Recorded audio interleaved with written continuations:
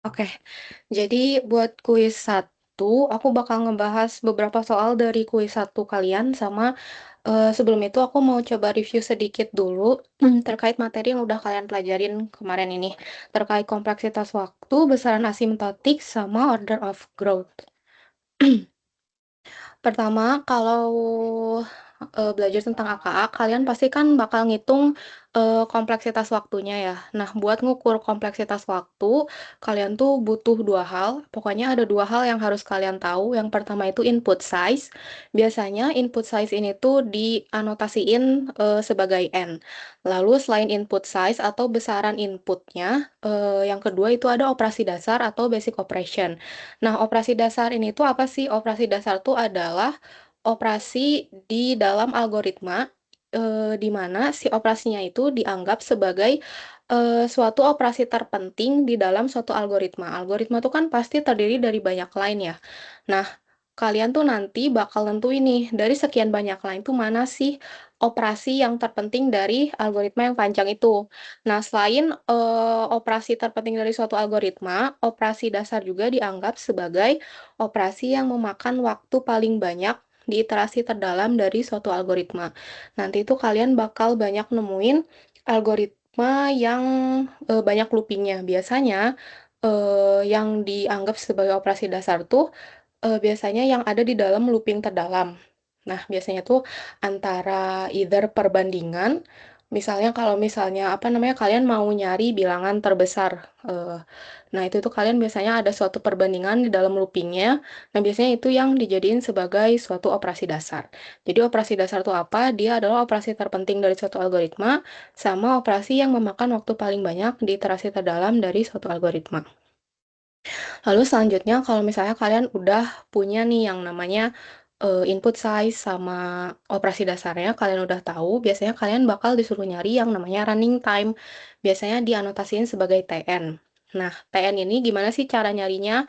Cara nyarinya itu COP dikali CN, di mana si COP ini tuh dia menyatakan waktu eksekusi dari operasi dasar algoritma tersebut pada suatu komputer.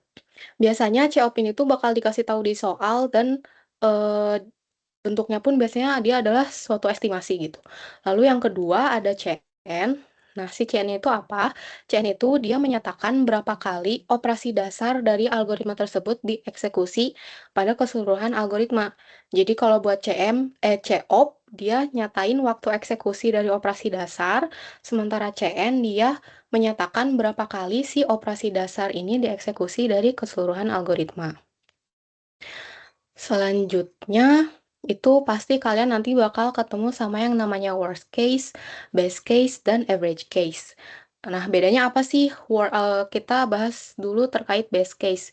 Best case itu tuh artinya kebutuhan waktu untuk kasus terbaik. Berarti, jika suatu algoritma berjalan di dalam komputer, semakin bagus itu jika waktu yang dilakukannya semakin sedikit kan, semakin kecil waktunya.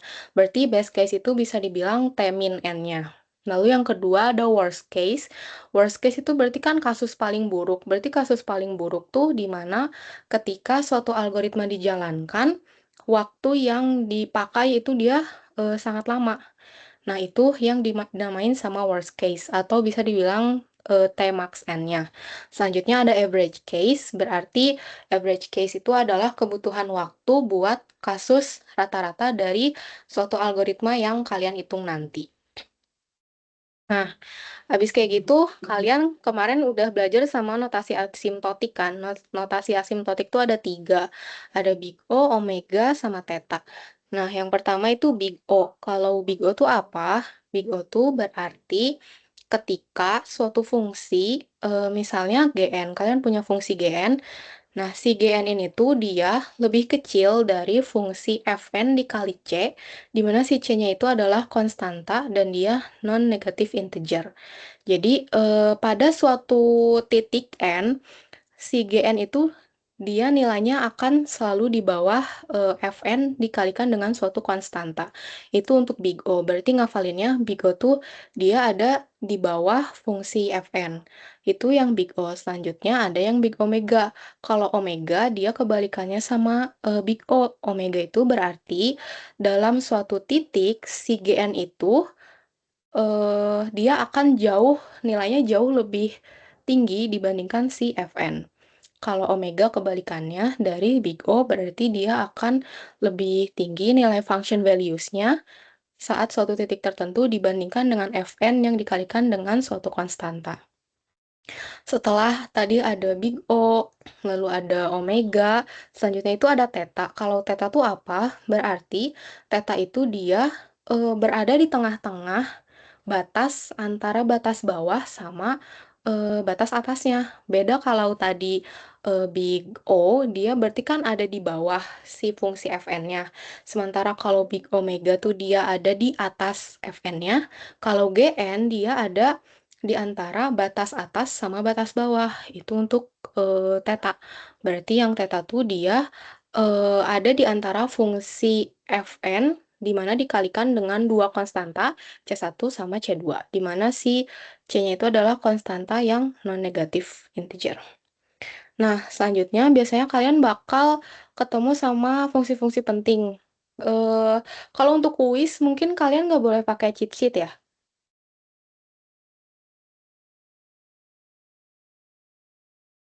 Kayaknya nggak Jadi boleh deh, Kak. nggak boleh ya. Jadi kalau Nggak boleh, misalnya Kak. nggak boleh. Tapi kalau UTS sama UAS boleh kan ya? Iya, itu boleh. Boleh. Kalau nggak salah Mungkin boleh. mungkin kalau misalnya buat apa namanya buat kuis eh harus dihafalin kali ya karena kalau nggak dihafalin agak bingung juga, tapi kalau misalnya buat cheat sheet bisa kalian tulis. Biasanya kalian bakal sering ketemu sama fungsi-fungsi ini, tapi harusnya kalian udah tahu sih dapet ini di kalkulus ya. Ada 8, kira-kira 8 fungsi penting, di mana yang pertama itu ada fungsi konstan, di mana dia nilainya adalah suatu konstanta. Lalu ada linier, linier berarti dia garis lurus itu apa dinotasikan sama Fn sama dengan n. Lalu ada kuadratik berarti pangkat 2, lalu ada kubik itu pangkat 3, lalu ada logaritma. Ada fungsi n log n berarti logaritmanya dikali sama n. Lalu ada polinomial. Polinomial tuh berarti misalnya kayak x pangkat 3 tambah 2x kuadrat tambah x. Nah, di mana si fungsi polinomial itu terdiri dari berbagai derajat polinom. Lalu selanjutnya ada fungsi eksponensial, di mana si B-nya itu merupakan konstanta positif basis. Nah, berarti kalau fungsi eksponensial tuh misalnya kayak 2 pangkat N, 3 pangkat N, dan lain-lain. Nah, itu buat fungsi penting. Biasanya di kuis tuh aku lihat soal juga ada yang nanyain ya, misalnya ini N pangkat 3 tuh dia masuknya fungsi apa sih? Itu kalian hafalin aja. Kalau misalnya nanti buat UTS atau UAS, mungkin kalau misalnya dirasa kalian nggak bisa ngafalin, kalian bisa catat di cheat sheet-nya. Nah, selanjutnya ada ini, kelas efisiensi dasar. Kalau buat ini juga menurut aku lebih baik kalian hafalin ya, karena sampai akhir perkuliahan AKA, kalian bakal nemuin si kelas efisiensi dasar ini. Kalian harus tahu urutannya, di mana biasanya kalian tuh bakal disuruh ngurut dari TN ini tuh kira-kira yang waktunya lebih lama pengerjaannya itu yang mana. Cara ngafalinnya itu bisa dilihat dari yang paling atas sampai ke yang paling bawah. Di mana yang paling atas itu dia yang paling kecil running time-nya, di mana dia adalah konstan. Lalu habis konstan tuh ada logaritma, habis logaritma ada linear, habis linear ada n log n, lalu dilanjut sama kuadrat, kubik, eksponensial, dan faktorial. Jadi semakin ke bawah itu fungsinya akan semakin berat kalau misalnya dijalanin sama si komputer. Kayak gitu. Nah, mungkin sorry, mungkin kalian nanti pasti bakal banyak ketemu sama fungsi logaritma kali ya. Nah, mungkin menurut aku akan lebih baik kalau misalnya kalian recall lagi terkait apa namanya sifat-sifat fungsi logaritma. Misalnya kayak log A1 itu berapa, log A itu nilainya berapa, log A pangkat R berarti dia R. Nah, menurut aku kalian coba recall lagi terkait apa namanya sifat-sifat logaritma karena biasanya bakal kalian temuin juga karena nggak boleh pakai kalkulator kan ya. Nah, menurut aku karena nggak boleh pakai kalkulator, kalau misalnya kalian tahu beberapa sifat ini pasti bakal kepake kalau misalnya nanti kalian apa namanya nemu soal yang dimana dia harus ngitung suatu TN dari fungsi yang bentuknya logaritmik. Nah, selain itu, aku juga nemu di soal kuis kalian tuh ada yang, apa namanya, nanya ya kalau misalnya buat binary search atau insertion sort, merge sort, dia tuh kalau best case-nya masuk ke apa sih, average case-nya masuk ke apa, worst case-nya masuk ke apa.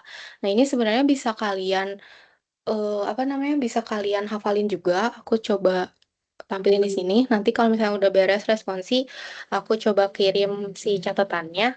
Nah, sebenarnya nanti setelah AK tuh kalian bakal belajar SA. Nanti di SA kalian bakal belajar kenapa, apa namanya, base case-nya tuh dia bisa kayak gini. Dan nanti pun di akhir perkuliahan AKA kalian bakal belajar kenapa sih suatu fungsi algoritma yang kalian temuin tuh dia bisa masuk ke worst case-nya misalnya jadi ON kuadrat. Nanti kalian bakal analisis dari algoritmanya sendiri. Nah, sebelum jauh ke sana, mungkin bisa kalian baca-baca dulu aja, bisa kalian hafalin dulu aja kalau misalnya buat kebutuhan nanti, atau misalnya bisa kalian tulis di cheat sheet. Nah, sekarang kita coba kerjain, apa namanya, kita bahas soal, beberapa soal kuis, 1 kalian. Nah, di sini soal yang pertama itu ada pertanyaan, notasi Big O tidak mempertimbangkan faktor-faktor apa saja dalam kompleksitas waktu. Nah, jawabannya tuh ada 5. Yang pertama, konstanta di depan pangkat, kedua, operasi berulang dalam algoritma, yang ketiga, ukuran input, yang keempat, kecepatan prosesor, dan yang kelima itu faktor pertumbuhan terbesar.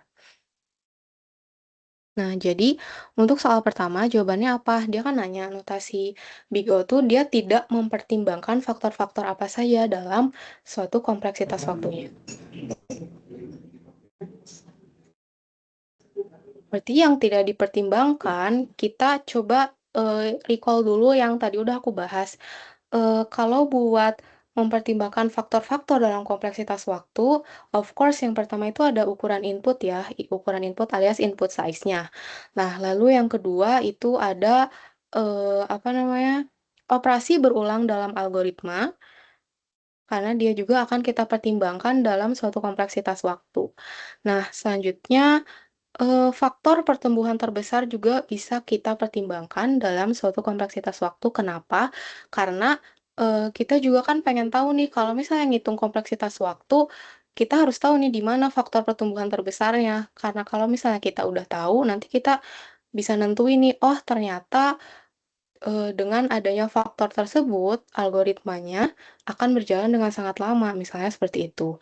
Nah, karena, yang B, C, sama E itu jawabannya benar, dan dia merupakan faktor dalam suatu kompleksitas waktu, berarti jawaban untuk soal yang pertama ini tuh adalah di konstanta di depan pangkat sama kecepatan prosesornya. Kenapa? Karena kalau konstanta di depan pangkat itu dia tidak terlalu begitu berpengaruh karena dia sifatnya konstanta. Sementara misal aku punya contoh nih, 3n kuadrat. Kalau misalnya kita masukin, apa namanya, suatu nilai n yang sangat besar ke dalam nilai 3n kuadrat, itu hasilnya pasti tidak akan terlalu beda jauh kalau misalnya kita tidak menempatkan suatu konstanta di depan n kuadrat tersebut gitu. Jadi berapapun nilai konstanta yang ada di depan pangkat, yang lebih berpengaruh itu adalah nilai fungsi dari fn-nya tersendiri. Makanya untuk konstanta di depan pangkat, dia tidak berpengaruh dalam suatu kompleksitas waktu. Nah, selanjutnya, kenapa yang kecepatan prosesor dia nggak ngaruh juga buat notasi Big O dalam mempertimbangkan kompleksitas waktu, karena kita di sini itu ngitung, terkait kompleksitas suatu algoritma. Nah, kompleksitas suatu algoritma itu, tidak bergantung terhadap kecepatan prosesor, karena misal kalau kita punya suatu fungsi, eee, fungsi faktorial itu kan merupakan suatu fungsi yang di mana dia penggunaan komputasi komputernya itu sangat tinggi. Jika dipakai di prosesor yang sangat cepat pun, dia akan membutuhkan waktu yang paling banyak dibandingkan dengan fungsi-fungsi yang lain. Jadi, eee Untuk kecepatan prosesor itu dia tidak berpengaruh dalam perhitungan notasi Big O untuk kompleksitas waktu. Makanya untuk yang nomor pertama ini, jawabannya adalah yang A dan juga yang D. Oke, selanjutnya buat yang nomor 2, kita punya soal. Diketahui suatu algoritma sorting menghasilkan Cn, di mana Cn-nya adalah n kuadrat log n dibagi 16 per satuan instruksi, di mana dia akan dijalankan pada komputer dengan kecepatan eksekusi 2 pangkat 10 instruksi per detik. Berapakah waktu yang diperlukan dalam detik untuk mengurutkan N sama dengan 2 pangkat 6? Hintnya di sini gunakan V sama dengan C dibagi T, di mana V itu kecepatan, C itu instruksi, dan T-nya waktu. Kalau buat soal kayak gini, bisa kalian tulis dulu aja nih, diketahuinya apa aja. Berarti kan yang pertama, kita tahu nih, di sini kita punya nilai Cn, di mana Cn-nya adalah n kuadrat log n dibagi 16. Nah, di mana Cn-nya ini adalah dalam satuan instruksi.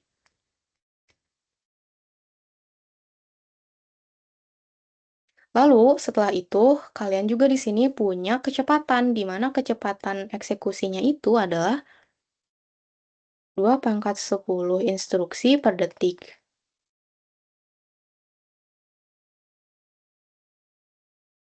Nah, selanjutnya kalian di sini juga punya N, di mana nilai N-nya adalah 2 pangkat 6.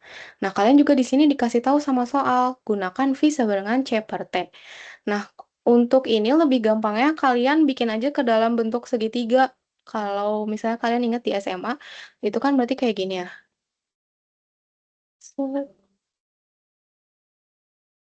Nah, karena kan di sini yang ditanya itu adalah waktunya, berarti untuk nyari T, itu cara nyarinya adalah C dibagi sama V. Berarti di sini itu kita tahu yang ditanya adalah waktunya dalam detik. Nah, jadi gimana cara ngerjainnya? Kita lanjut ke sini. Oke. Berarti kan tadi kita udah dapat CN-nya berapa, V-nya berapa, sama N-nya berapa. Nah, kita di sini ditanya tentang si waktunya itu berapa kan? Berarti kalau buat nyari T, itu adalah C dibagi kecepatannya. Berarti T itu adalah C dibagi V. Kita simpan ini dulu terlebih dahulu. Kita cari dulu nilai C-nya. Kita kan tadi udah tahu nih nilai N-nya adalah 2 pangkat 6. Berarti si 2 pangkat 6 ini kita masukin ke dalam Cn. N-nya kita ganti sama 2 pangkat 6. Berarti tadi kan Cn-nya adalah n kuadrat log n dibagi 16 ya. Berarti n kuadrat log n dibagi 16. Nah, si N-nya tadi kita pakai yang 2 pangkat 6, berarti di sini 2 pangkat 6 kuadrat log 2 pangkat 6 dibagi 16. Nah, biar lebih mudah, 16-nya kita ubah ke 2 pangkat 4. Biar nanti bisa kita coret. Berarti 2 pangkat 6 dipangkat 2-in kan dia jadi dikali ya pangkatnya, jadi 2 pangkat 12. Nah, untuk log 2 pangkat 6, ini kalau misalnya ngacu ke sifat logaritma yang ini, berarti log 2 basis 2 pangkat 6 nilainya adalah pangkatnya. Berarti untuk yang soal ini, log 2 pangkat 6 dia nilainya adalah 6. Dibagi sama 2 pangkat 4. Ini bisa kita coret. Ini jadi 2 pangkat 8. Berarti ini kan hasilnya itu nilai CN-nya adalah 2 pangkat 8 dikali 6. Selanjutnya kita tinggal cari deh si waktunya berapa. Berarti kan T itu C dibagi V. C-nya kita udah dapat 2 pangkat 8 kali 6. Berarti 2 pangkat 8 kali 6 dibagi, tadi itu kecepatannya dia 2 pangkat 10 instruksi per detik. Berarti ini dibagi 2 pangkat 10. Nah, habis ini kita bisa coret, berarti jadi 2 pangkat 2, yang ini jadi 1, berarti jawabannya jadi 6/4, atau bisa kita sederhanain jadi 3/2 detik. Ini untuk soal yang kedua. Nah, selanjutnya buat soal yang ketiga, urutkan order of growth di bawah ini dari nilai terendah ke nilai tertinggi. Berarti bisa kalian apa namanya lihat lagi, ngacu lagi ke kelas efisiensi dasar yang ini. Berarti untuk ngerjainnya, kalau misalnya kalian udah hafal, kalian urutin dulu nih, urutannya itu kayak gimana. Berarti urutannya itu dari yang paling nilainya paling kecil itu ada di yang konstan, 1, habis itu ada log n, selanjutnya linear ada n, habis n ada n log n, lalu ada n kuadrat, n pangkat 3, 2 pangkat n, dan n faktorial. Nah, semakin ke sini, itu dia nilainya semakin tinggi.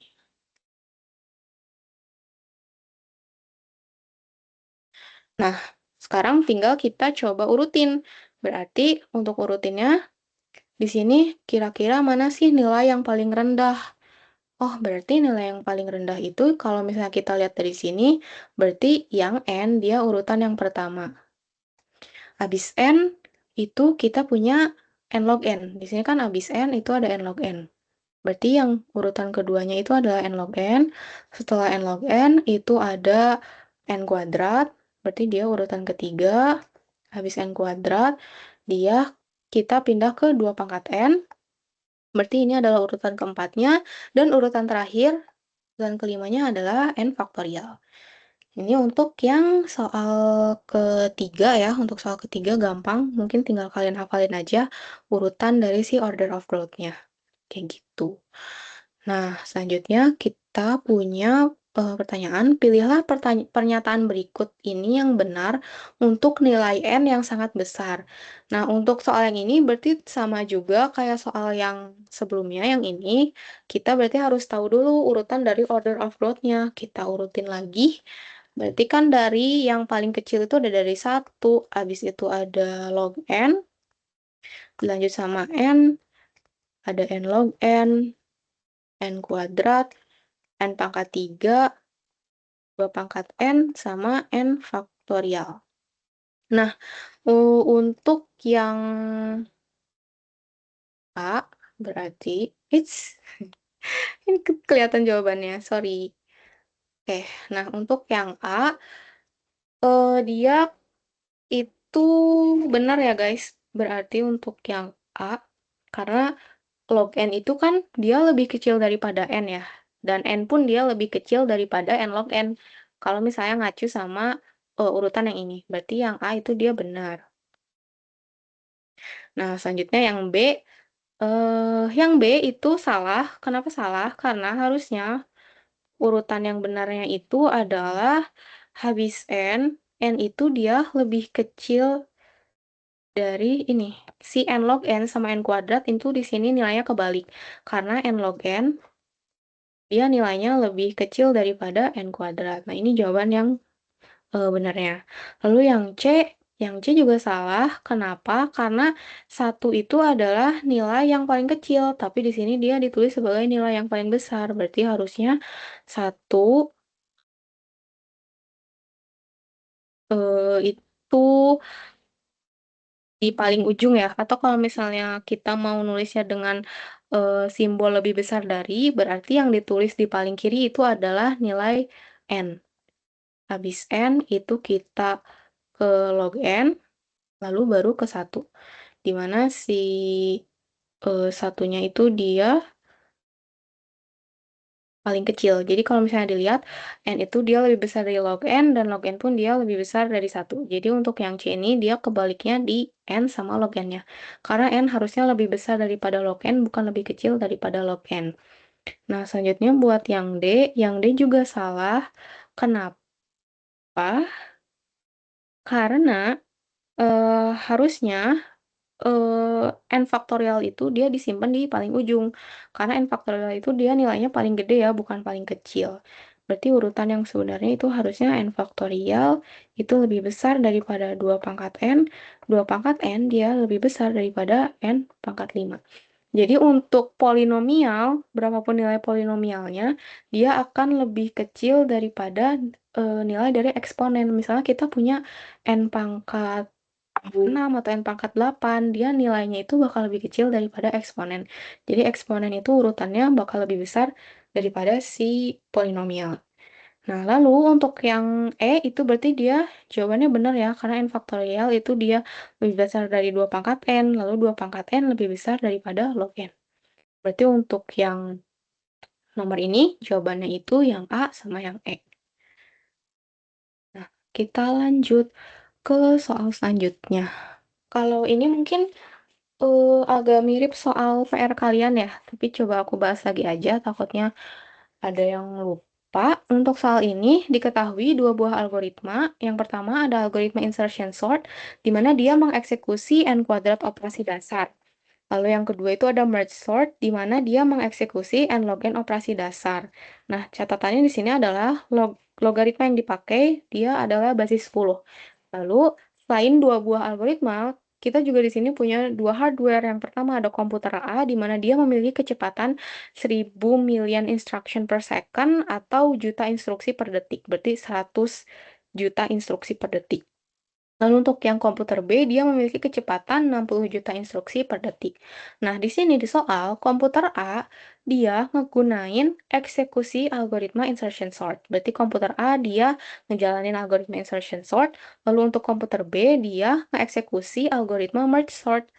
Nah, untuk mengeksekusi satu operasi dasar insertion sort, dibutuhkan 6 instruksi.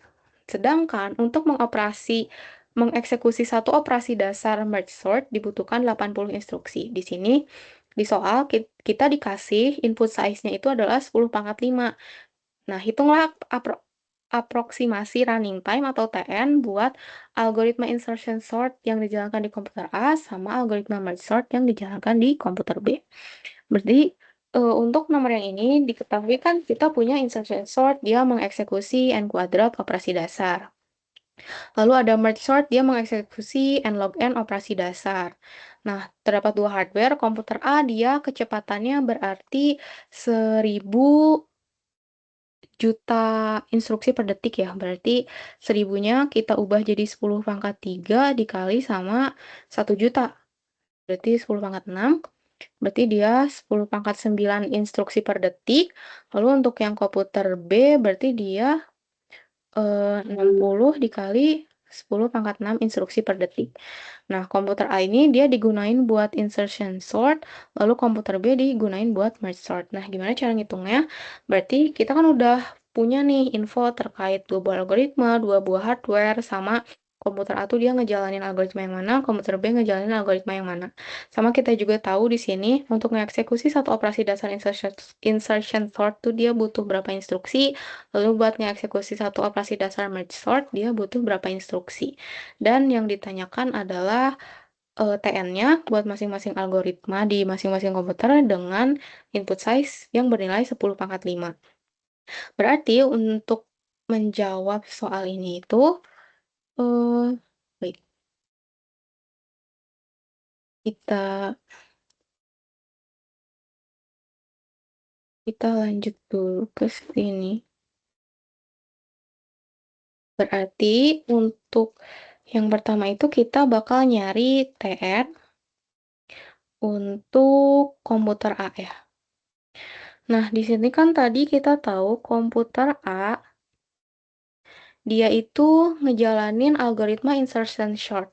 Nah, insertion sort dia operasi dasarnya adalah n kuadrat. Nah, insertion sort berarti dia mengeksekusi n kuadrat operasi dasar. Lalu, untuk satu operasi dasar insertion sort dibutuhkan 6 instruksi. Berarti 6 dikali 6 instruksi dikali n kuadrat operasi dasar. Berarti di sini 6, 6 dikali n kuadrat. Nah, dia memiliki kecepatannya itu adalah 10 pangkat 9 instruksi per detik. Berarti ini adalah 6n kuadrat ini adalah suatu instruksinya kan? Dibagi tadi sama 10 pangkat 9 instruksi per detik. Instruksinya habis. Nah, jadi kita punya nih 6n kuadrat dibagi 10 pangkat 9.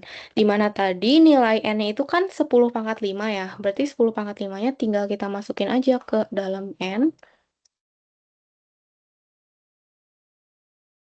Berarti dia nilainya adalah 6 dikali 10 pangkat 10 dibagi 10 pangkat 9. Ini bisa kita coret jadi 10. Berarti dia nilainya adalah nilainya adalah 60. Itu buat TN komputer A. Selanjutnya kita kerjain buat TN yang komputer B. Sama, berarti cara ngerjainnya eh untuk komputer B, dia ngejalanin algoritma merge sort. Merge sort itu dia mengeksekusi n log n operasi dasar. Lalu, untuk mengeksekusi satu operasi dasar merge sort, dia dibutuhkan 80 instruksi.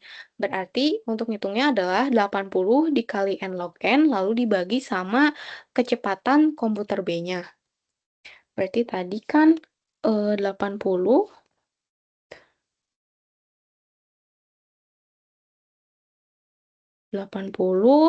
terus dikali n log n kan? N log n dibagi sama tadi kecepatannya itu adalah 60 dikali 10 pangkat 6 ya. 60 dikali 10 pangkat 6.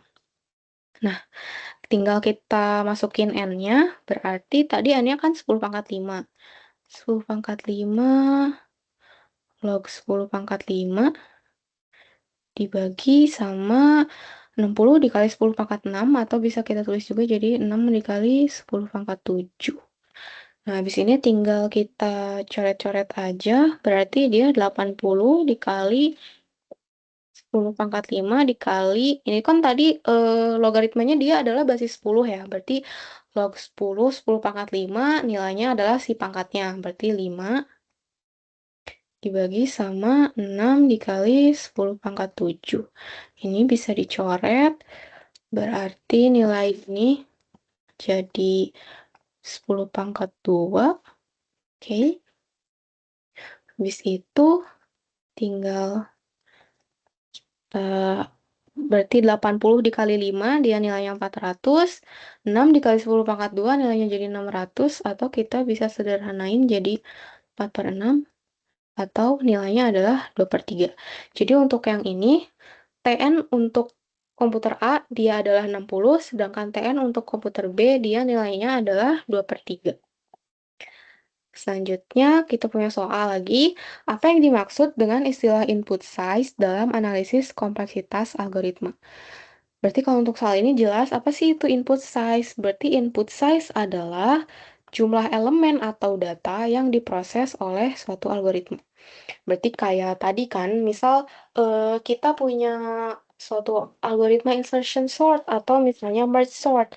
Nah, dia kan tadi punya apa namanya eksekusinya itu, operasi dasarnya itu kan dia mengeksekusi n kuadrat operasi dasar untuk insertion sort. Nah, kita punya inputnya, input size-nya adalah n adalah 10 pangkat 5. Berarti 10 pangkat 5 ini adalah jumlah elemen yang akan diproses oleh si algoritma tersebut. Itu buat yang input size. Selanjutnya, kita punya soal juga. Ini mirip-mirip sama yang soal tadi, perhitungan yang tadi.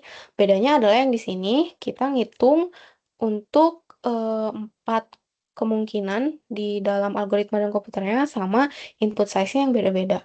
Nah, diketahui dua buah algoritma. Algoritma 1 dia mengeksekusi n pangkat 3 operasi dasar, sedangkan algoritma 2 mengeksekusi 2 pangkat n operasi dasar. Terdapat dua hardware, ada komputer A sama komputer B, di mana komputer A ini memiliki kecepatan 3 MIPS, berarti bisa kita ubah dulu jadi 3 dikali 10 pangkat 6, sama komputer B memiliki kecepatan 2/25 MIPS. Berarti kita tulis 2/25 dikali 10 pangkat 6. Nah, untuk mengeksekusi satu operasi dasar pada algoritma 1 dibutuhkan 100 instruksi. Sedangkan untuk mengeksekusi satu operasi dasar pada algoritma 2 dibutuhkan 3 instruksi.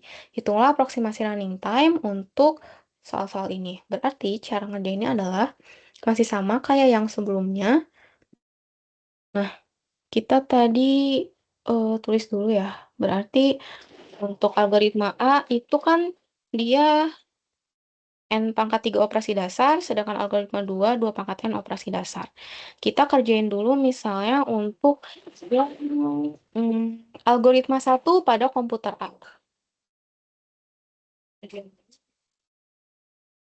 Algoritma 1 di komputer A.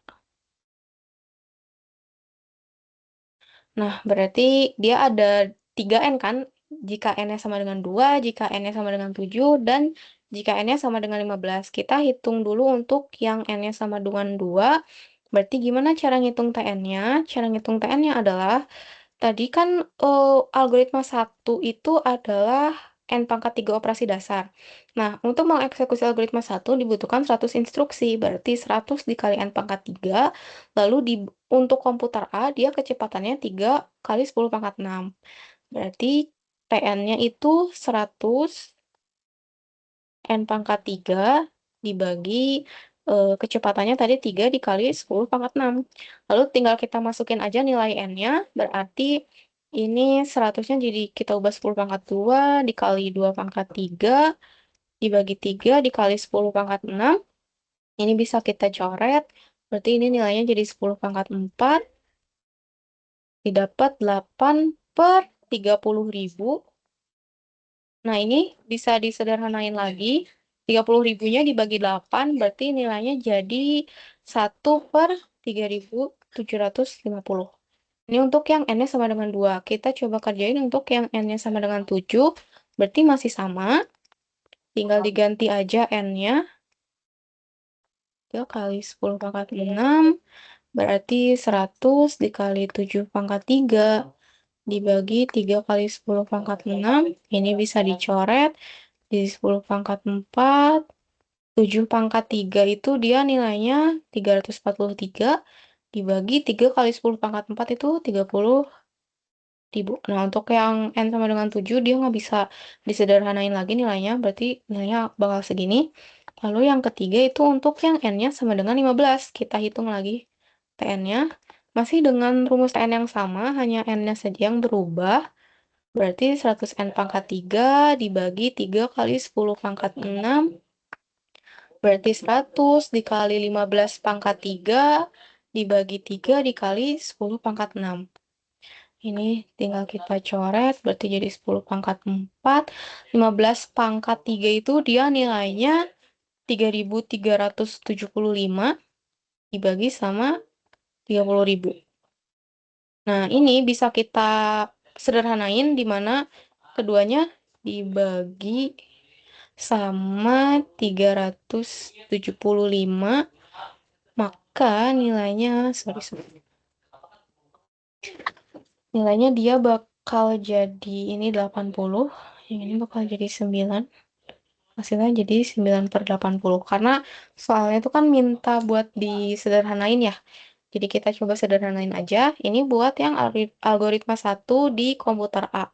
Selanjutnya kita kerjain untuk algoritma 1 pada komputer B. Berarti algoritma 1 di komputer B.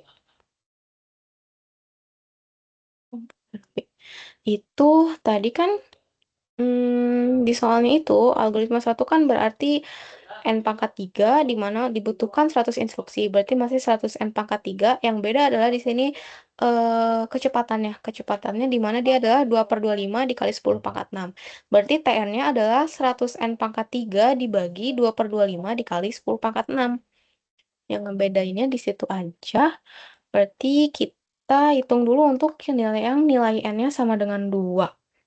Berarti PN-nya tadi kan 100 N pangkat 3 dibagi sama 2/25 dikali 10 pangkat 6. Berarti di sini tinggal kita masukin 100-nya kita ubah aja biar gampang jadi 10 pangkat 2.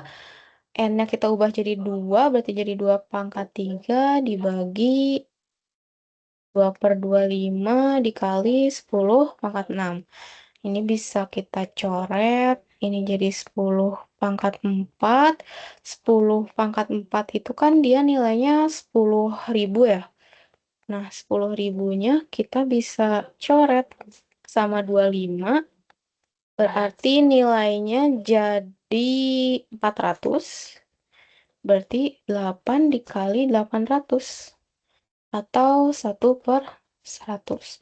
Ini buat yang algoritma 1 di komputer B.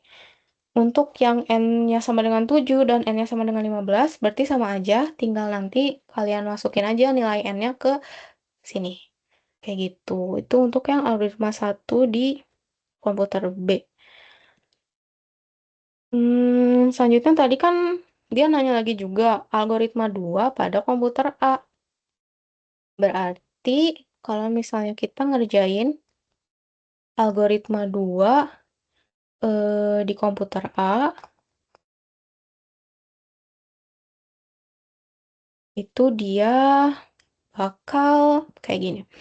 Algoritma 2 itu kan dia mengeksekusi 2 pangkat N operasi dasar, di mana untuk mengeksekusi satu operasi dasar di algoritma dibutuhkan 3 instruksi. Berarti 3 dikali 2 pangkat N dibagi sama kecepatan komputernya. Kita pakai yang komputer A atau yang komputer B. Berarti untuk yang komputer A, itu TN-nya adalah 3 dikali 2 pangkat N dibagi 3 dikali 10 pangkat 6. Berarti eh, PN-nya itu adalah 3 dikali 2 pangkat N dibagi 3 dikali 10 pangkat 6. Nah, ini tinggal nanti kalian masukin N-nya aja berapa ke dalam sini. Lalu untuk yang algoritma 2 di komputer B.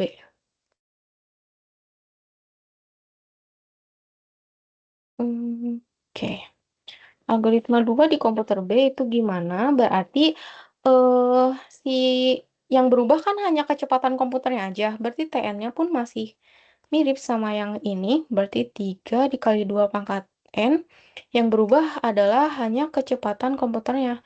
Dimana kecepatan komputer B itu dia nilainya adalah 2/25 dikali 10 pangkat 6.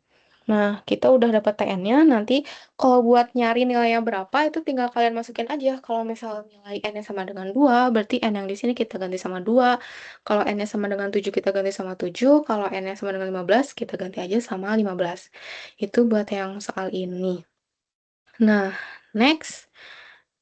Kita punya soal kayak gini. Diberikan sebuah algoritma dummy print hello sebagai berikut. Baris operasi dasar atau baris penting di sini adalah operasi mencetak kata hello ke layar. Di mana fungsinya adalah prosedur print hello for E3 to 10 do print hello. Misalkan algoritma tersebut akan dijalankan di sebuah komputer. Diketahui komputer tersebut mampu mengeksekusi 8 juta instruksi per detik. Dengan kata lain, komputer ini memiliki kecepatan 8 MIPS. Diketahui pula operasi pencetakan kata hello ke layar membutuhkan 6 instruksi. Jika didefinisikan CN itu adalah berapa kali loop dimasuki untuk mencetak kata hello, COP adalah waktu yang dibutuhkan untuk mencetak satu kata hello, lalu TN-nya, maka hitunglah CN-nya berapa, COP-nya berapa, sama TN-nya berapa. Nah, di sini kan dikasih tahu CN itu berapa kali loop dimasuki untuk mencetak kata hello. Berarti untuk mencetak kata hello, loopnya kan dimasuki berapa kali ya? Di sini kita punya loopingnya adalah for i 3 to 10 do. Berarti kita ngelooping dari nilai 3 sampai ke nilai 10. Nah, ini tuh kalau kayak gini berarti cara ngitungnya adalah si apa namanya 10 dikurangi 3 baru di tambahin sama 1, atau misalnya aku tulis B dikurangi A ditambah 1. Berarti di sini adalah 10 dikurangi 3 ditambah 1, berarti dia 8 kali masuk perulangan. Atau kalau misalnya kalian bingung kenapa rumusnya B dikurangi A ditambah 1, itu bisa kalian kayak gini, berarti kan dia looping dari angka 3, habis itu 4, 5, 6, 7, 8, 9, 10. Kalau untuk angkanya yang kecil mungkin bisa kalian hitung satu-satu ya, berarti ini 1, 2, 3, 4, 5, 6, 7, 8. Tapi kalau misalnya angkanya gede, kalian bisa pakai rumus yang B dikurangi A ditambah 1, di mana B itu nilai yang ujungnya, lalu A itu nilai awalnya, kayak gitu. Nah, berarti CN-nya di sini adalah nilainya 8. Oke. Lalu di sini kita ditanya ini COP-nya berapa dalam satuan mikrosecond. Berarti dari second ke mikrosecond itu dia dikali 10 pangkat 6 ya.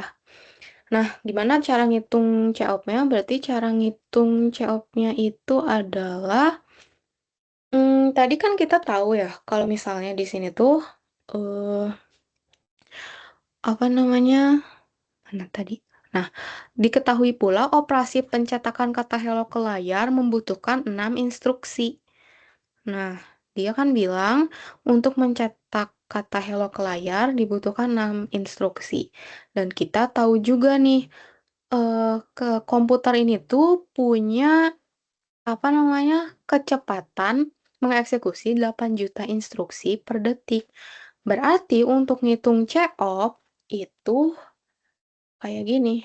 COP adalah, berarti kan tadi kita tahu untuk mencetak kata hello membutuhkan 6 instruksi.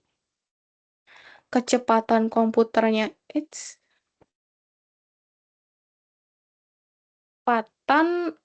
komputernya itu tadi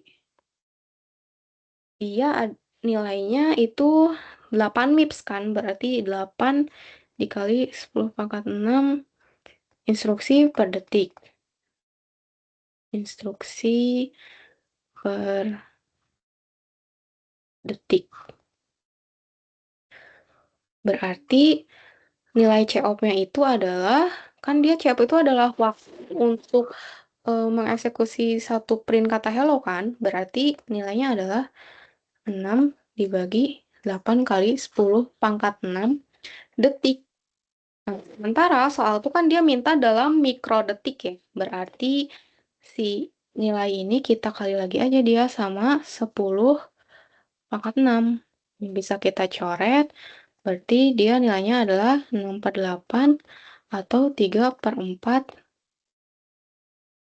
mikrodetik. Berarti nilai dari COP-nya di sini adalah 3/4. Nah, lalu selanjutnya kita disuruh ngitung nih nilai TN-nya, running time-nya. Tadi di awal kan ada rumus ya, TN itu adalah COP dikali sama CN. Kita udah punya COP-nya, udah punya CN-nya, berarti tinggal dimasukin aja. COP-nya kan nilainya 3/4. Tadi CN-nya dia nilainya 8. Ini tinggal dicoret. Berarti nilai dari TN-nya adalah 6 dalam satuan mikrodetik. Nah, ini untuk nilai dari running time-nya atau TN-nya. Selanjutnya, kita punya soal. Jika Fn sama dengan 3n kuadrat ditambah 5n ditambah 2, maka notasi Big O yang tepat untuk Fn adalah, kalau Big O itu kan tadi, apa namanya, dia nilainya itu, nilai Fn-nya ada di bawah Gn ya. Berarti, maka dari itu kita harus nyari nih, si 3n kuadrat ini tuh, dia masuk ke Big O yang mana. Cara gampangnya adalah, untuk soal yang dia derajat polinom kayak gini, kalian cari polinom yang paling maksimal. Berarti di sini kan kita punya n kuadrat, kita punya n kuadrat terus N sama konstantanya 2. Berarti kan ada N kuadrat, ada N sama konstanta. Yang dimana konstantanya 2. Nah, kalau misalnya dari sini kita tahu nih, berarti polinom yang paling maksimal nilainya itu adalah si N kuadrat kan. Maka dari itu si Fn ini dia masuk ke notasi Big O yang N kuadrat. Itu cara cepat buat kalian ngerjain si fungsi itu masuk ke notasi Big O yang mana sih? Kalian tinggal cari aja polinom yang paling maksimal dari si fungsi tersebut. Berarti itu adalah jawabannya. Selanjutnya, diketahui suatu algoritma sorting menghasilkan Cn 3n log n per 10 akan dijalankan pada komputer dengan kecepatan eksekusi 10.000 instruksi per detik. Berapakah waktu yang diperlukan dalam menit untuk mengurutkan n sama dengan 1 juta? Ini berarti sama kayak soal pertama yang tadi kita bahas. Cara ngerjainnya masih tetap sama, berarti kita punya Cn-nya sekian, eh, kecepatannya adalah 10.000 instruksi per detik. Nah, berapakah waktu yang diperlukan dalam menit? Bedanya tadi kan dalam detik, kalau sekarang dalam menit, untuk mengurutkan nilai N yang 1 juta. Gunakan V sama dengan C dibagi T. Berarti kan tadi itu, ini adalah nilai C, ini V sama T. Berarti untuk cari nilai T itu adalah C dibagi V. Di sini C-nya kita punya sekian, dan N-nya itu 1 juta. Tinggal kita masukin aja. Berarti C 10 pangkat 6, 10 pangkat 6 atau sejuta itu 3 dikali 10 pangkat 6 log 10, 10 pangkat 6 dibagi sama 10. Nah, berarti kan ini 3 dikali 10 pangkat 6 dikali, kalau ada log 10, 10 pangkat 6, basisnya sama, berarti dia nilainya adalah pangkatnya, berarti 6 dibagi sama 10. Ini untuk nilai CN-nya. Berarti ini kita bisa coret aja nih jadi 10 pangkat 5.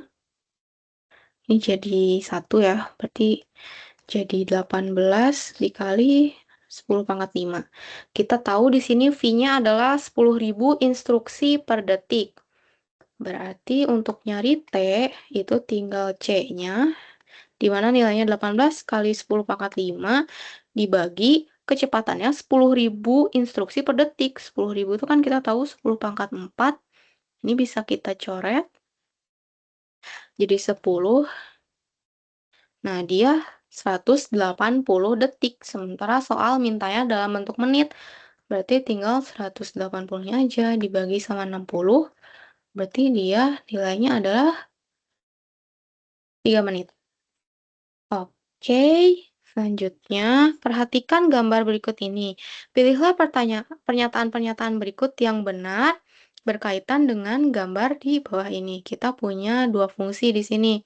Ada Fn sama ada Gn. Nah, di sini nilai Gn itu dia lebih kecil daripada Fn kan?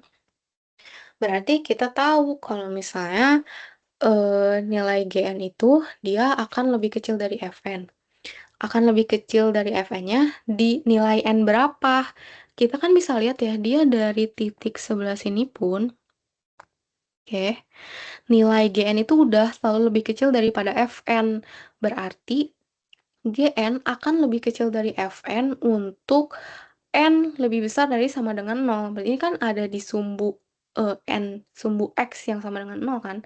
Maka dari itu untuk semua nilai N lebih besar dari sama dengan 0, Gn itu nilainya akan selalu lebih kecil dibandingkan sama si Fn. Nah, maka mana aja sih yang, apa namanya, opsi yang benar? Coba kita cek yang A. Opsi A dia bilang Fn itu termasuk dalam Big O GN. Nah, yang ini itu dia salah. Kenapa? Karena harusnya itu ini kebalik. Jadi harusnya kita nulisnya itu adalah GN. Itu termasuk ke dalam Big O F pangkat N.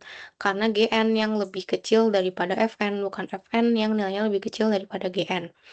Lalu buat yang B, Fn itu termasuk ke dalam omega dari Gn. Nah, kalau yang ini dia jawabannya benar.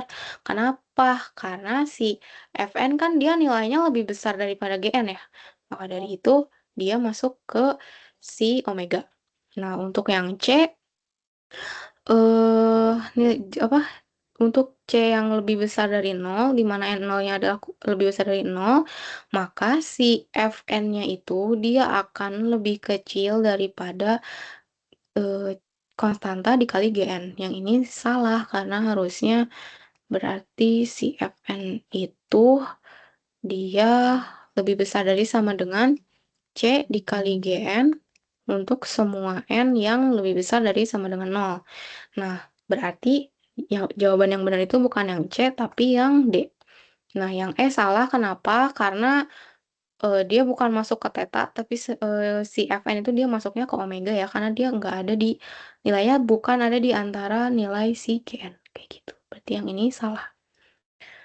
Oke, ini buat yang nomor 27. Selanjutnya buat yang nomor 28. Suatu fungsi Fn dikatakan anggota dari theta Gn jika dan hanya jika order dari fungsi Fn lebih kecil dari fungsi Gn. Yang ini salah. Kenapa salah? Karena jika suatu fungsi itu apa namanya lebih kecil, jika fungsi Fn lebih kecil dari fungsi Gn, maka harusnya berarti Fn itu dia termasuk ke dalam big O Gn. Karena aku punya nyimpen cheat sheet dulu waktu aku UTS. Jadi buat cara ngafalinnya atau nyatetnya yang gampang mungkin kayak gini. Big O itu berarti terjadi ketika misalnya suatu fungsi itu lebih kecil nilainya dari sama dengan konstanta dikali fungsi yang kedua. Sementara omega itu dia lebih besar, big theta itu berarti di antara keduanya. Kayak gitu. Nah, berarti yang untuk nomor ini dia jawabannya false karena harusnya si Fn itu dia masuk ke dalam big O karena nilai Fn kan dia lebih kecil dari fungsi Gn. Nah, selanjutnya fungsi manakah yang termasuk ke dalam kelas O log n? Nah, kalau ini bisa dilihat aja di yang apa namanya catatan aku sebelumnya, tapi untuk yang ini tuh dia jawabannya adalah yang binary search. Kenapa yang binary search? Mungkin aku coba jelasin dulu sedikit kenapa jawabannya dia bisa binary search. Kalau binary search itu kan berarti misalkan kita di sini punya array kan. Kalian udah belajar binary search kan? Harusnya udah ya. Misalnya di Udah, sini Kak. udah kan, di sini kan ada suatu array. Nah, nanti kan kalian bakal apa namanya? Misalkan angka yang dicari itu ada di sebelah sini ya, misal. Berarti kan kalian harus ngebagi dua sama rata array-nya kan. Kalian cek yang sebelah sini, lalu kalian cek juga yang sebelah sini. Nah, misal kita ngeceknya kan berarti dari yang sini dulu. Di sini dicek di yang apa bagian sebelah sini kan nggak ada nih, udah nggak ada dia nilai yang kita cari. Berarti yang sebelah sini itu kan udah dihapus. Misalkan ini kita punya array-nya 1, 2, 3, 4, 5. Berarti kan 5 dibagi 2. Nah, ini tuh cara apa namanya? Cara suatu binary search bekerja itu kan berarti untuk eh apa namanya, untuk mencarinya, kalau misalnya di sini nggak ada, berarti kan yang bagian sebelah sini dibuang. Ini nggak usah kita peduliin lagi, kita udah nyari aja berarti dia bagian di sebelah kanan kan. Nah, maka dari itu, di tiap langkahnya, elemen yang tersisa tuh dia bakal, apa namanya, bakal berkurang setengah kali lipat dari elemen yang ada sebelumnya. Misalkan di yang pertama ini kan kita bagi dua dia ya. Berarti sisa yang bakal kita kerjain buat nyari nilai di dalam satu array tersebut tuh kan nilainya akan berkurang setengah kali lipat. Misalnya setelah satu langkah, it's- setelah satu langkah dia tuh bakal tersisa n per 2 elemen. Karena dia dibagi dua sama rata kan. Nah udah nih, habis gitu nanti kan kalian nyari lagi yang di sebelah sini. Yang sebelah sini dibagi lagi dua. Berarti kalau misalnya setelah dua langkah, tersisanya itu kan berarti n per 2 elemen awal itu kan dibagi lagi setengah kan. Berarti bakal tersisa n/4 elemen. Terus sampai, kita berhenti di mana ketika si ruang pencariannya itu tersisa satu elemen kan. Berhenti ketika tersisa satu elemen. Nah, karena kayak gitu, jadinya kan kita tahu nih, berarti kalau misalnya setelah satu langkah, sisa elemennya itu kan setengahnya. Kalau udah 2 langkah, sisanya seperempat elemen awal. Kalau udah 3 langkah, berarti sisanya seperdelapan elemen awal. Nah, maka dari itu, dia akan berhenti ketika hanya tersisa satu elemen. Nah, karena dari situ, kita jadinya tahu nilai N itu dia akan terus berkurang setengah kali lipat, berarti 2 pangkat sesuatu, misalkan di sini adalah pangkat K, dia akan berhenti sampai tersisa satu elemen. Nah, karena kayak gini, berarti kan N itu sama dengan 2 pangkat K ya? Atau kita bisa tulis si K-nya ini tuh dalam bentuk log 2N. Makanya kenapa apa namanya, binary search itu dia termasuk ke dalam kelas Big O log N, karena per langkahnya elemen yang tersisa tuh akan berkurang setengah kali lipat dari yang awal. Kayak gitu. Itu untuk penjelasan, singkatnya. Mungkin akan kalian, pelajarin lagi nanti terkait detailnya. Nah, itu buat yang soal ini. Selanjutnya, kita punya soal, andaikan kita memiliki program yang dijalankan di komputer A, itu membutuhkan waktu 2 detik. Jika program kita jalankan pada komputer B yang kecepatannya 10 kali lipat dari komputer A, maka berapa waktu yang dibutuhkan untuk menggunakan komputer B? Berarti kan komputer A tuh dia membutuhkan, waktu 2 detik. A membutuhkan waktu 2 detik. Sementara komputer B itu kecepatannya 10 kali lipat lebih cepat dari komputer A. Nah, maka dari itu kita tahu kan, apa namanya, bahwa waktu itu berbanding terbalik dengan yang namanya kecepatan. Berarti jika, kecepatannya lebih cepat, waktu yang didapat pun akan lebih sedikit. Dibandingkan dengan jika kecepatannya lambat, berarti waktunya bakal jauh lebih lama kan? Maka dari itu, untuk yang soal ini tinggal langsung kalian bagi aja, karena kan dia bilang, komputer A itu dia waktunya 2 detik, sementara komputer B itu kecepatannya 10 kali lebih cepat dari komputer A. Berarti tinggal kalian bagi aja, 2 dibagi 10, atau sama dengan 0,2. Berarti untuk komputer B, waktu yang dibutuhin itu adalah 0,2 detik. Oke. Selanjutnya, kita punya soal, suatu fungsi fn dikatakan anggota dari omega Gn jika dan hanya jika order dari fungsi fn itu lebih kecil atau sama dengan fungsi Gn.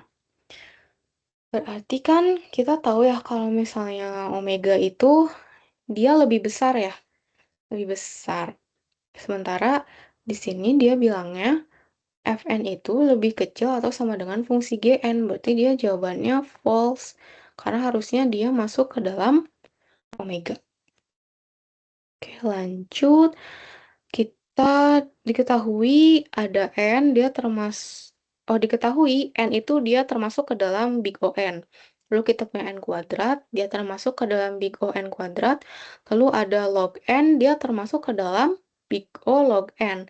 Maka tentukanlah kompleksitas waktu dari masing-masing fungsi waktu tersebut. Berarti untuk yang pertama, Tn sama dengan N pangkat 3, ya berarti dia termasuk ke dalam big O N pangkat 3. Sama kayak ini kan, kalau misalnya N, berarti dia termasuk ke dalam big O N. Kalau misalnya dia N kuadrat, dia termasuk big O N kuadrat. Begitu pula sama N pangkat 3, berarti dia juga masuk ke dalam big O N pangkat 3.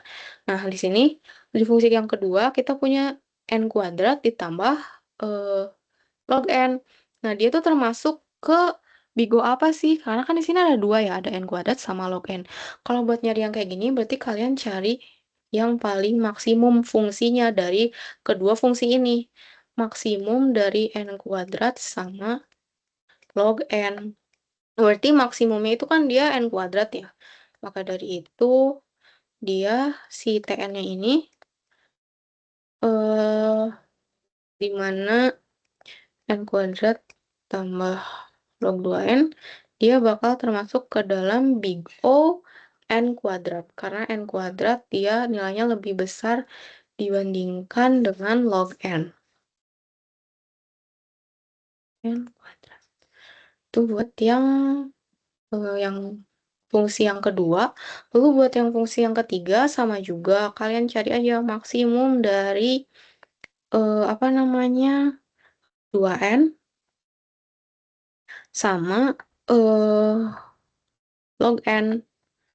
Berarti si Tn-nya ini dia bakal masuk ke dalam X.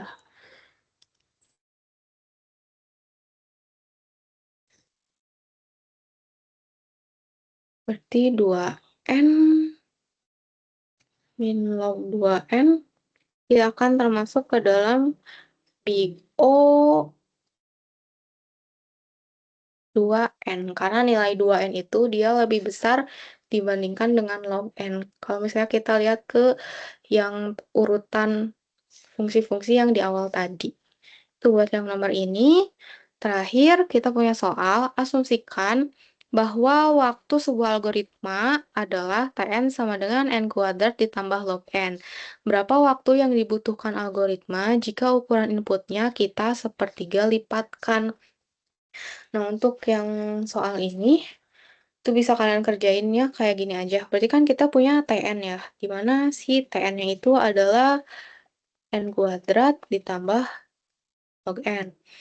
Nah, ditanyakan berapa waktu yang dibutuhkan algoritma jika ukuran inputnya itu kita sepertiga lipatkan. Berarti si n-nya itu dikali sepertiga atau t-nya adalah sepertiga n. Berarti kan tinggal kita masukin aja apa namanya? Sepertiga n itu kan jadi sepertiga n kuadrat ditambah log sepertiga n. Si n-nya kita ganti sama sepertiga. Nah, karena si n itu kita sepertiga lipatkan, jadinya si n-nya kita ganti sama sepertiga n.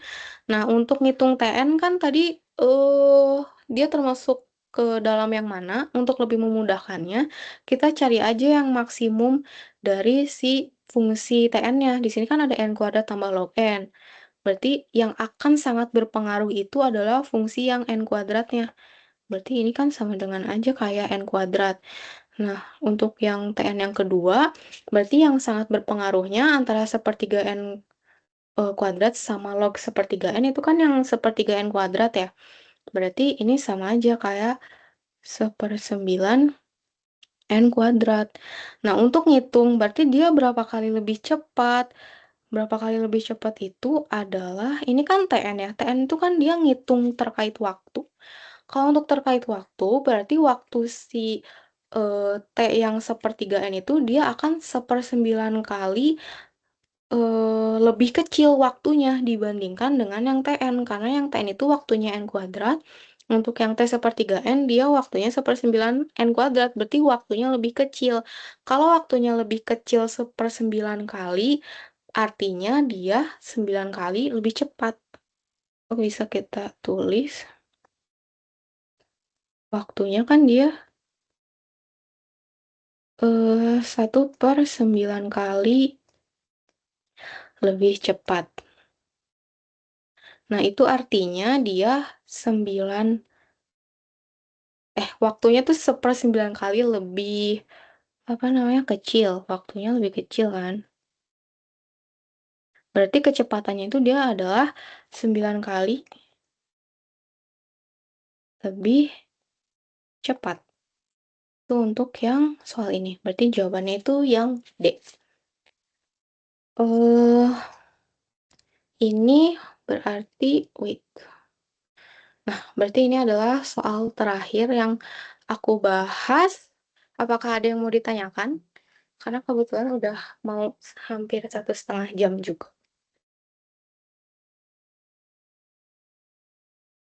Kalau ada yang mau nanya, boleh nanya, atau kalau misalnya nggak berani nanya sekarang, mau nanya PC juga boleh. Kayak gitu, apakah ada yang mau ditanyakan?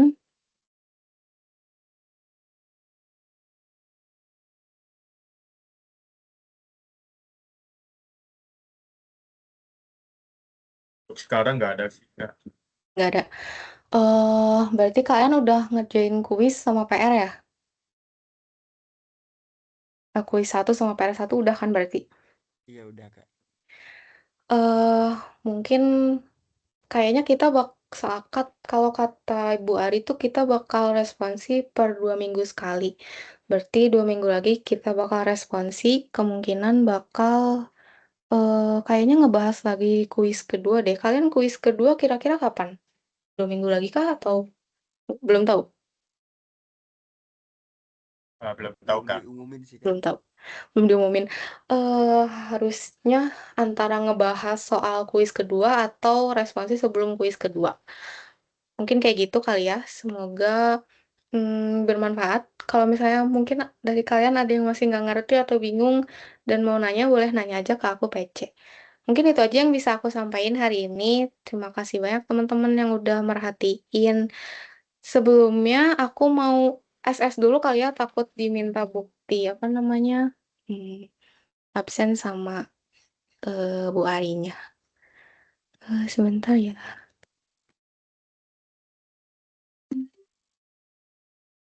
Wait, wait. Nah, mungkin udah cukup sekian dari aku. Terima kasih teman-teman yang udah mau join. Udah boleh leave. Terima kasih Oke. Kak. Oke, Iya, makasih Kak. sama-sama. Terima kasih Kak. Terima kasih, Kak. Iya, Makasih, Kak. iya.